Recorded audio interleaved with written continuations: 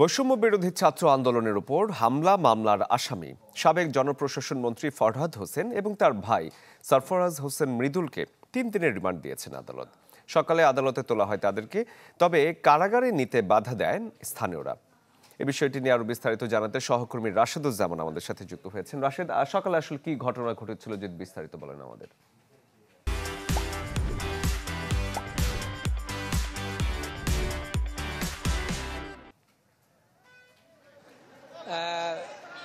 শরীফ, দিনভর একটা উত্তেজনার মধ্যে দিয়ে কোর্ট প্রাঙ্গণ সেটি অতিবাহিত হলো, কারণ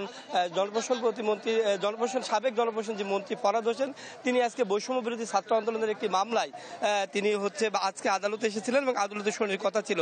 10টার সময় আসার পরে শুনানি শেষ হয় এবং 3 দিনের রিমান্ড আদালত মঞ্জুর করে। তারপর থেকেই এখানে কিছু উৎসুক যে জনতা রয়েছে তারা পুরো আদালত প্রাঙ্গণ ঘিরে রাখে এবং আদালতের যে মূল ফটক সেই ফটকে তালা লাগিয়ে দেন এবং সেখান থেকে বের হতে দেন না।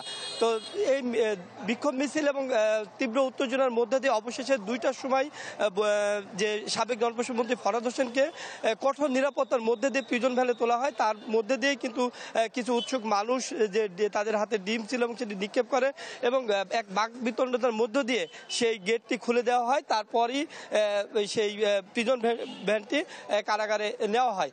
আর একটু বিষয় বলে রাখি যে রাশেদুল ইসলাম নামের একজনের মামলায় গত বৃহস্পতিবার জেল গেটে 2 দিনের জিজ্ঞাসাবাদের অনুমতি দেন এবং সেই মামলায় আজকে আদালতে আবার শুনানির কথা ছিল এবং এই মামলার যিনি তদন্তকারী কর্মকর্তা জনপ্রশাসন মন্ত্রী ফরহাদ হোসেন এবং তার ভাই সরফরাজ হোসেন মৃদুলকে 5 দিনের রিমান্ড আবেদন করেন। আদালত 3 দিনের রিমান্ড মঞ্জুর করেন। অপর একটি বৈষম্যবিরোধী হাসনাত ফিরোজ নামে বৈষম্যবিরোধী ছাত্রের আরেকটি মামলায় তারই ভগ্নিপতি আব্দুল সামাদ বাবলু বিশ্বাসকে 7 দিনের রিমান্ড চাই তদন্ত কর্মকর্তা। সেখান থেকে 2 দিনের রিমান্ড মঞ্জুর করে আদালত। তো এখন কঠোর নিরাপত্তার মধ্য দিয়ে জনপ্রশাসন মন্ত্রী এবং তার ভাই এবং ভগ্নিপতিকে কারাগারে নেওয়া হয়েছে।